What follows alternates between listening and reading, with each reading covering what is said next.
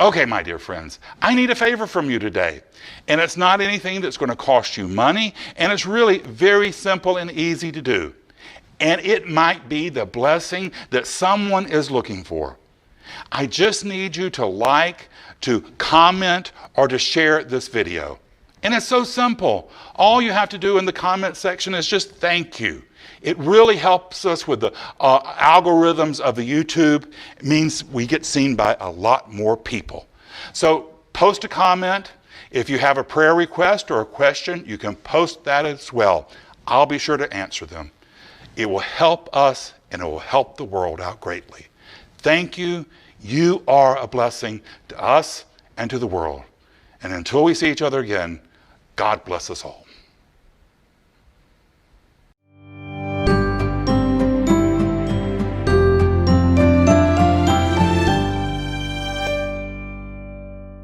Hi, this is Reverend Ken Wilcoxon. We're going to start today's service with an affirmative prayer.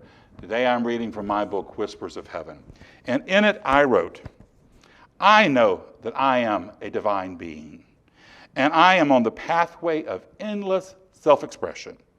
The eternal good is my host, now and forevermore. God has called me by name, that I could tread the soil of earth in love, joy, happiness, and prosperity. So let's put these words of wisdom to work in our lives. We do it through affirmative prayer. I'm going to do this prayer in the first person. Take it in for yourself.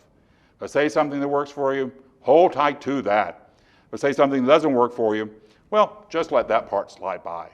But just know this truth with me today. There is but one mind, one God, and one power. And here today, I proclaim that power as my own. There is nothing that separates me from the goodness, the joy, and the glory of God. So today I open my eyes, I lift them up to a better knowing. I know I am here to life to experience every great good God had in mind when it prayed me into existence. So I know I am supported. I know I walk the path of glory. This is my truth. I celebrate this right knowing, and I release this prayer into the mind of God to do its good and perfect, bold and dynamic work, returning to me multiplied abundantly. And together we say, and so it is. My talk title today is The Answer to Doom and Gloom. You know, 160 years ago, Charles Dickens wrote in A Tale of Two Cities. It was the best of time, it was the worst of time. It was the age of wisdom, it was the age of foolishness. It was the season of light, it was the winter of despair. We had everything before us, we had nothing before us. He could have just as easily been talking about our time, and I guess he probably could have been talking about any time. Helen Keller said that the idea of security is largely non-existent in human affairs. And so we have to focus on our own internal barometer. Are we going to stay focused on flying over the swamp or walking through it? The goal of our teaching is to learn to recognize and to use the best in our life, to use it, while handling the worst and not being obsessed by it. It's strange that actually most people will make the most of the worst and quickly forget the best. Because the truth of the matter is there's almost anything in life that can be used for good, or doing too much of it can be used for the word bad. What was it that Satan said in Paradise Lost? The mind can make a heaven or hell of anything. I learned a little bit of history fun fact the other day. It's about one of my favorite movies of all time, Cheaper by the Dozen. Now, not the one Steve Martin has done recently. This is the old one. It's a really lovely film with Clifton Webb and Myrna Loy. It's a fun little movie to watch, particularly at the holidays. It's about a family at the turn of the century, and the dad is really this funny and eccentric person. He is also based on a real-life person. His name was Frank Gilbreth, and he was an engineer. And the whole focus of his engineering studies was how to make people more efficient. He worked in factories to how to get people to do work more efficiently and easily. And the movie he's portrayed as just really a wonderful and lovely person. And in real life, it really was a story told by one of his daughters in honor of him. Now, the interesting fact in history that I learned was that his research was taken up almost obsessively, not so much in the United States, although we did follow some of it, but it was taken up by the Soviets in Russia. And they really focused on how they could use his theories and make their workers basically into replaceable widgets, where they were no longer interested in the individual, that they could move thousands of people around at their ease. So here had been a wonderful idea developed by a lovely and loving person, but in the wrong hands, it was used in a negative way. That's much of life. How we look at things can either be negative or positive. And we tend to focus on the negative. We become obsessed by it. We wallow in it. And then we identify with it. And when we do that, it becomes the law of our lives. And no one and nothing can save us from it. Not even God will force our good upon us. Because even if it did, we wouldn't be able to recognize it. We wouldn't even be able to identify it. Now, we can get so involved in doom and gloom that we make our own trouble. We cause it for ourselves. When I was just right out of college, I was working at TGI Fridays in Atlanta. And one of my co-workers, she was this beautiful young woman. She kind of came across a little ditzy, but the truth of the matter was she was a genius when it came to numbers. She was one of those people who was almost a human computer. Now, at that time, personal computers hadn't come around, and so her skills were really needed by the insurance companies to do all their formulas. But she was a very kind of frightened person. She didn't like going to downtown Atlanta. She also was dating a rock and roller, a guy who played in a rock and roll band. That's never really a great idea. And he didn't want her going to downtown Atlanta. He just wanted her spending time with him in their little small studio apartment. But she did work in downtown Atlanta. She worked in one of the high rises, glass from the floor to the ceiling. She had her own office because she was actually doing quite well. But she was fearful, and she would take a loaded gun with her. She once was working, and she had gone out to lunch with her boyfriend. They had had a fight. They often did that. That's what happened when you date a rock and roll musician. She came back in from lunch, and she was so upset that she took her pocketbook and she threw it in the bottom drawer of her desk. And when it hit the bottom drawer of the desk, her loaded gun went off and shot her in the ankle. She fell to the floor and began hollering out, "Snipers! There's a sniper who has shot me." Well, the building was closed down. The police came. They closed off the entire block around the office building. Somebody was smart enough to look at the plate window and say, well, wait a minute. The window's not broken. The shot had to come from inside. And of course, they figured out she shot her own self. She had allowed her fears to go so beyond herself, she caused her own problem. And we often do this. Joseph Murphy, he was an early teacher in our system, and he said that all our troubles come from abnormal fears, from a basic sense of insecurity, that we fail to align ourselves with the love and support of God. And he said when we join up with that infinite presence, we will discover a wise partner, a loving parent, and a adventurous friend. I think we all could use a little fun adventure these days. And he said that in this co-creation, fear will disappear.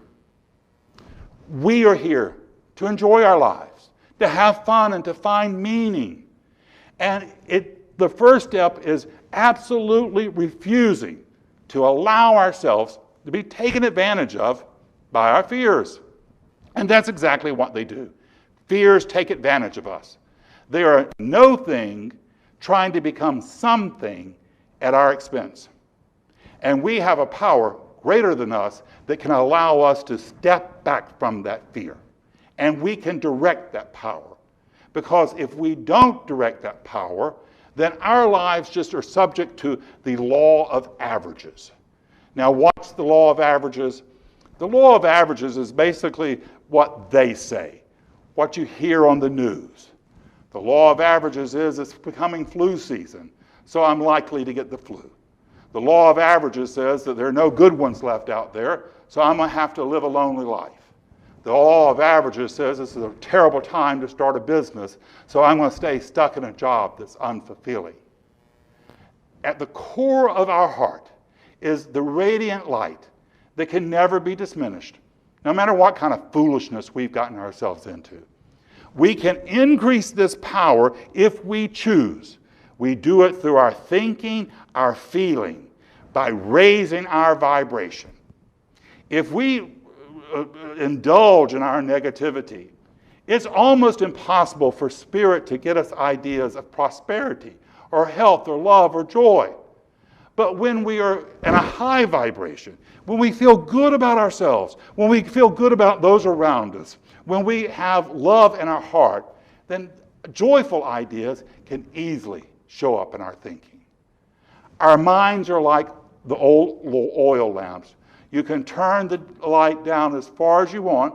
You can never extinguish it. Or you can turn it up to be very brilliant. And it's good for us to do that. It's good for those around us because we can become a part of the elimination of the illumination that we're seeking. And that's what we're really here to do. We're to come into co-creation and to be a part of the illumination. And we can get messages from it. And this will inoculate us from any negativity that's going on in our lives. So create a mentality of goodness for yourself, even if you don't totally believe in it. This is what faith is all about. Faith is about choosing to believe the best in yourself, even when there's a small part of your ego saying, you really don't deserve that. You don't deserve the love, the health, and the joy and prosperity. Faith is about stepping up and saying, yes, I do. I do deserve the goodness of life, and I'm going to proclaim it for myself and those around me.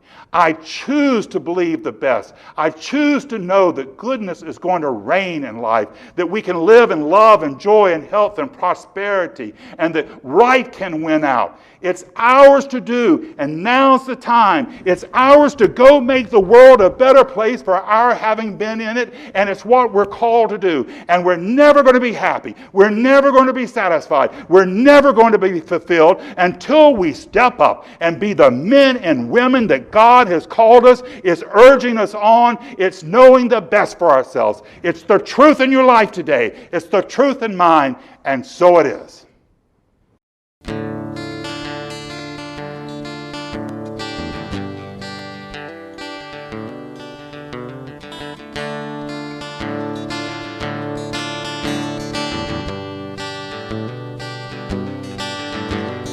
Tell me your legends, I'll tell you your future, a fictional, factual things.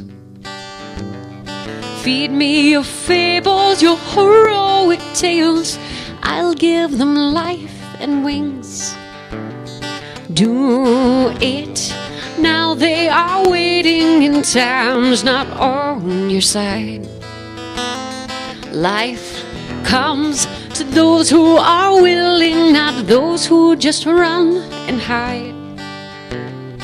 Those who just run and hide. All right.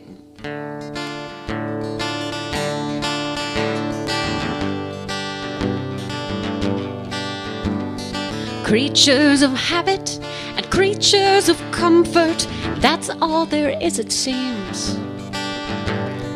Boastfully building the future we're telling, a mountain of technical things. Well, you were built like the phoenix to rise back to the top. You don't have to know who you are, you just have to know who you're not. You have to know who you're not.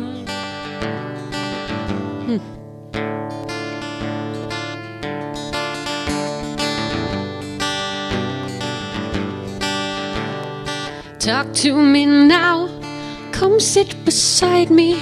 I am your willing ear.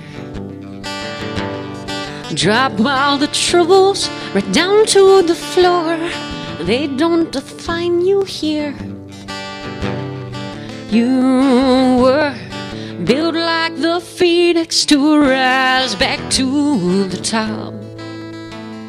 You don't have to know who you are, you just have to know who you're not. You have to know who you're not. All right.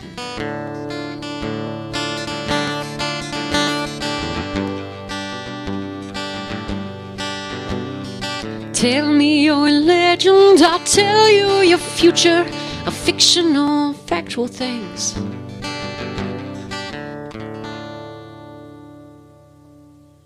So let's end our service with an affirmative prayer.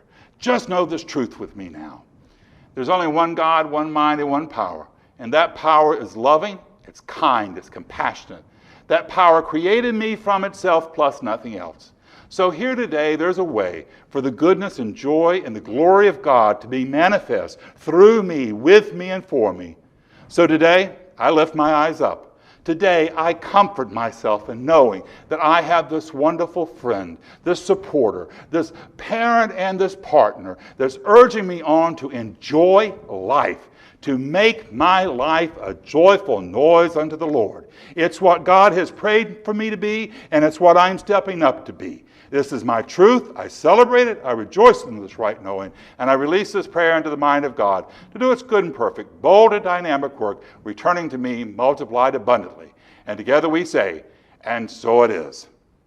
All right, my dear friends, know this truth with me. Your life is not a problem to be solved. It's a miracle unfolding. Your job this week is to name your miracle, to proclaim your miracle, and to make it your own. God bless us all. Now let us go be the miracle God has called us to be. This is Reverend Ken. Until we see each other again, many blessings.